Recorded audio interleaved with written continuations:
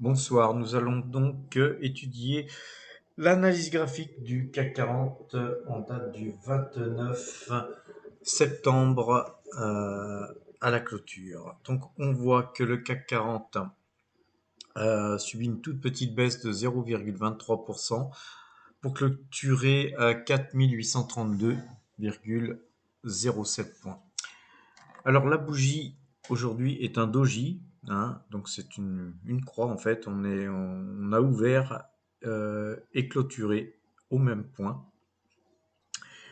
Donc on a monté, on a baissé et puis on s'est ravisé pour revenir au même point. Donc sur les candlesticks, Japanese candlesticks, sur les bougies japonaises, ça s'appelle un doji.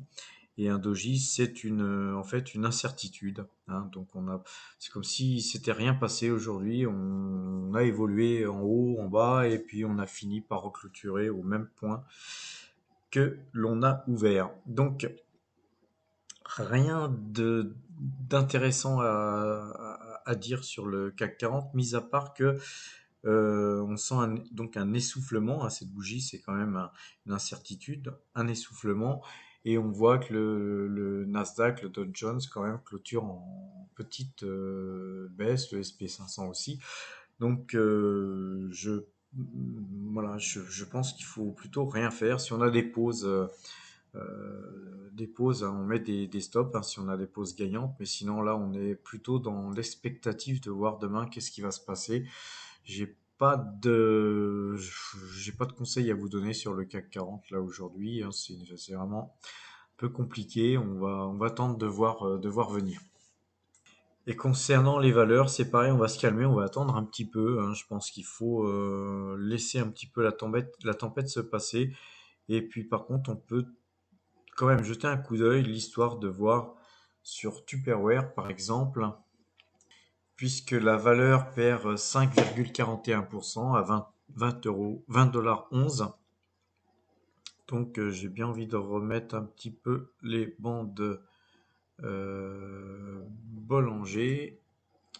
Et voilà, on voit que en faisant un zoom, on s'aperçoit qu'en fait on a quasiment touché la bande Bollinger pour rebondir un petit peu dessus. Alors ça reste très baissier, hein, tout ça. Comme je vous l'avais dit, hein, dernièrement, on avait eu un décrochage et puis voilà, ça continue de baisser. Par contre, là, il devrait y avoir soit un ralentissement de façon à pouvoir inverser la bande Bollinger, de façon à ce qu'elle s'écarte ici par le bas et donc ici par le haut, si on continue à taper dessus, soit rebondir un petit peu dessus. J'ai plutôt tendance à penser qu'on pourrait rebondir un peu sur cette zone, mais c'est pareil, c'est une valeur où je dirais que j'ai rien envie de tenter, sachant qu'il y a il y a un gap, hein, par ici. Donc moi je serais plutôt acheteur sur les 10-11 plutôt que sur les 20. Voilà. En tout cas, on attend parce qu'il y a peut-être des choses qui vont se passer dessus ou il faudra peut-être rentrer sur la valeur un peu plus haut. Mais là, pour l'instant, il n'y a pas une configuration acheteuse sur le titre. Alors l'autre valeur qu'on lorgne là en ce moment, c'est Kodak à 9 dollars qui perd 3,3% aujourd'hui. Alors c'est pareil, on a une bougie qui est pas très belle avec une sorte de doji avec un plat ici un peu épais.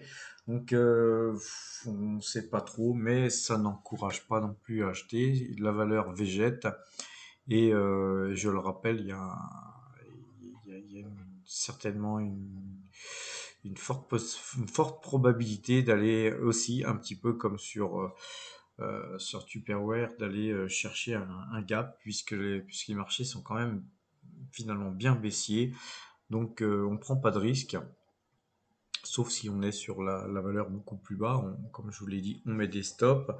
Là, normalement, en théorie, si vous aviez été acheteur par ici, les stops, hein, vous auriez déjà dû les placer et être sorti du marché comme moi. Je suis plus dans la valeur ou très peu, puisqu'il doit me rester une infime ligne de rien du tout. Mais donc, en tout cas, pour l'instant, on ne rentre pas sur Tupperware non plus. Alors, un petit tour sur la deuxième liste, hein, des valeurs qu'on lorgne à l'achat. En fait, tout est en baisse, sauf DCP Mainstream, mais bon, ça, on va laisser tomber. C'est encore un petit peu trop haut. Non, il n'y a aucune valeur qui me tente à l'achat. Je pense qu'il vaut mieux garder ses liquidités pour pouvoir faire feu sur des belles valeurs quand le moment sera venu. Alors aussi, pourquoi on va rien faire? C'est parce que le pétrole en ce moment est pas très bien barré, on va dire, suite à une chute de la demande, hein, tout simplement. Donc ça, c'est pas une très très bonne nouvelle pour les marchés. Donc on voit que le Brent perd moins 4% aujourd'hui. Le WTI perd 3 et quelques aussi, à peu près la même chose. Avec on voit que la moyenne 2 jours, 12 jours, là, elle croise. Donc c'est pas bon, hein, surtout sur le pétrole, hein, on regarde la moyenne 2 jours, 12 jours, souvent elle fonctionne bien. DMI aussi, ça croise. Bon, ça c'est moins important sur le pétrole. Mais quand on regarde le pétrole, euh, on peut le regarder aussi en 4 heures. C'est assez intéressant de voir ce qui se passe sur 4 heures. Et on voit qu'en fait, là, on a eu une très forte baisse ici et que là, en fait, on a juste euh, envie de stagner, de se reposer avant certainement de redescendre. Donc il est possible que demain, le pétrole accentue sa baisse. Et si tel était le cas, je pense que les marchés, eux aussi, suivraient la même tendance. Voilà, donc si vous avez des liquidités, gardez-les plutôt et